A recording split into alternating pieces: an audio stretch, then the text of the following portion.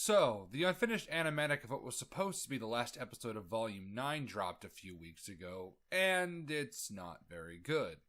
Let's talk about it. Now, there really isn't much plot here to really break down as it's more character-focused, so this is going to deviate from my normal chronological breakdown style. Instead, I'm going to be summing up the most notable issues that I found. First of which being the memorial to the central area fuck-up being this far away from Vacuo. That is a terrible place to put a memorial in a world where you have monsters that are attracted to negative emotions. Especially when you group together this many people, all of whom are feeling sadness, regret, and anger. But hold on, it gets even stupider. Ren was the one to suggest this. Putting the memorial at the gate site was Ren's idea. The same Ren whose entire village was slaughtered by Grimm. Why would he, of all people, suggest putting the memorial in an immensely dangerous area, especially since he and everyone else knows about the giant Arrakis sandworms? This isn't a nitpick, by the way, given the depressed state of everyone, except Crow, but we'll get into him shortly. A state brought on by the failure to save lives of both friends and civilians, one would imagine they would try and make things as safe as possible, regardless if there is a maiden or not to protect them. Sure, Winter could go out with a massive group of people, like in the beginning, but what about the inevitable smaller groups of people? Or someone going by themselves? Winter and all the hunters are not going to be available every time someone wants to go and pay their respects. Volume 8 spent so much time trying to convince us that the Moronics care about civilian lives, yet if the civilians wish to pay respects, they must put their lives in danger. This couldn't be any more poetically fucking retarded. There's a conflict between the people of Vacuo and the Elysians, which does make sense given the Elysians are just suddenly dumped onto Vacuo's doorstep. The issue is that the Vacuoans are being cartoonishly evil about it. Bring me. The last thing we need is a kingdom of orphans. There are plenty of valid concerns the native population would have in this situation. The astronomical cost of supporting all the refugees would be devastating to Vacuo and its people, especially since Vacuo has very little in terms of resources, something that is once again never addressed. Then you add the SDC effectively going out of business, leaving a major driving force of the world's economy crippled. And let's not even get into the potential crime that might start as some Elysians get desperate. But apparently being upset that having 2 cities worth of people dumped onto you means you'll throw things at orphaned children. The episode follows multiple characters, each representing one of the 5 stages of grief, apparently. Crow, for some reason, represents acceptance. That's certainly a choice. A man who failed to protect his nieces, seeing the evil he dedicated his life to fighting so close to destroying everything he cares about. The most powerful nation in the world gone and its people displaced. His friend driven to madness by paranoia. Yet he's so optimistic despite the fact that he's lost more than Ren and Nora in this entire situation. The loss of RWBY and Yang alone should make him the most doomer out of the entire group. He had a far greater connection to them than any of the others, especially RWBY if we're to believe they were as close as the show wants us to believe. Hi. Oh, it's so good to see you. Did you miss me? Did you miss me? Nope. Add this on top of his overall mental state in Volume 8, and he would be hitting the booze once again. You can't even say that enough time has passed because it's implied that it's only been a few days. Grimm attacked the city for days. Things have calmed down since then. And one can only imagine how he'd react to hearing that Vale was destroyed. If anything, he should represent anger. Anger at Salem for destroying Vale, anger at James for losing his mind, and anger at himself for failing to keep his family safe. Oh yeah, Vale was destroyed by Salem off-screen. When Salem left Atlas, she came to Vale. And now there's nothing left. Just fucking stop. A couple of massive issues here.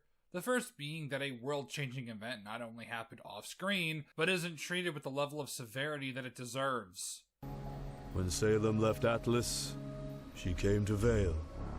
And now there's nothing left. Yeah, Port sounds dejected, but we get no time to let it sink in. That the kingdom the whole show started in is now completely gone. destroyed in a few days. Then the episode has the fucking gall to expect us to put it away in our minds for later. You can't just introduce a world-shattering event and expect us to move along, but that's exactly what we fucking do. We just move the fuck along to Winter going on about Weiss, not even incorporating this information into her monologue. She just forgets this is a thing that happened. We don't get to see how the other characters react to it either. It's just a thing that happened.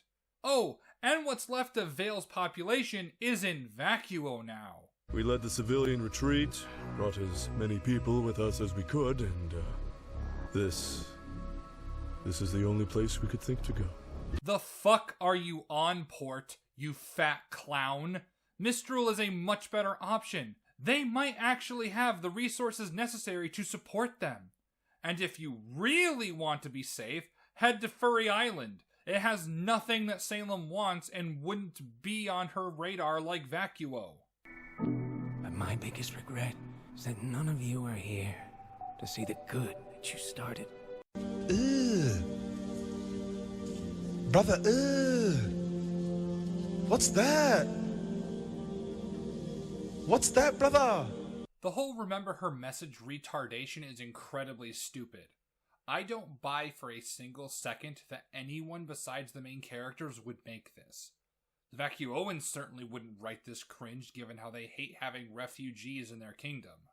I doubt any of the Elysians would write it given everything that's happened to them. But she saved their lives. And now they're living in squalor, barely surviving off of dwindling resources in a kingdom that the people don't want them in. And when both groups find out that another kingdom's population is going to be joining them, that civil unrest would be disastrous. Making that savior imagery is not only cringe but nonsensical. RWBY would be, at best, considered a naive idiot whose choices caused the world to be on the brink of destruction. And the fact that her message worked only proves James's original plan would have also worked. Once Atlas has come to grips with the fight ahead, I'll use Amity Tower to spread the message to all of Remnant. In fact, it would have worked much better. Each kingdom would have the support of the world's strongest military mixed with what defense force they may have. They would have the invaluable resources of Atlas backing them, and global communications would be back online. It's even possible that Vale would still be standing and the relics out of Salem's hands. Some smaller issues include needing to read the RWBY books to know who these two are and why they might be important to Salem. Which if RWBY can't even remember their own story and world building, then why should I read third-party material? Also, apparently one of them got lobotomized. If that's true, then reading the books will only make things more confusing, which is standard for RWBY at this point. Amity has also been dragged to Vacuo, meaning that Pietro is here, and the cowards gave us nothing in regards to his reaction to Penny's permadeath. Raven is here, for some reason. Yeah, she just portals the Moronics to Crow. Why is she here? Why does she care? Is Ty here too? The last time we saw Raven, she was around Ty. Was Ty aware that his daughters were considered dead? Why does Raven care to help the Moronics now? So many questions, yet no attempt to answer them. Willow seems a bit too put together for someone who has very recently lost her child. I mean, she's far less removed from her alcoholism than Crow, so I would imagine she'd be blackout drunk all the time trying to cope. It's not like you'd have to fundamentally change the presentation of the episode to address this. Just have Willow and Winter talk about it in Winter's portion and cut the retardation of Vale being destroyed. A parent has lost their child, and it would be nice if you'd spend some time on that. It would make her feel like an actual person.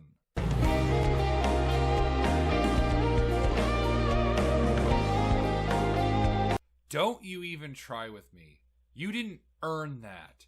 After all the retarded nonsense we've been subjected over the last several years, all the retcons, all the hollow, soulless, idiotic, and insulting payoffs, you don't get to nostalgia bait us with a rendition of This Will Be the Day after all of that.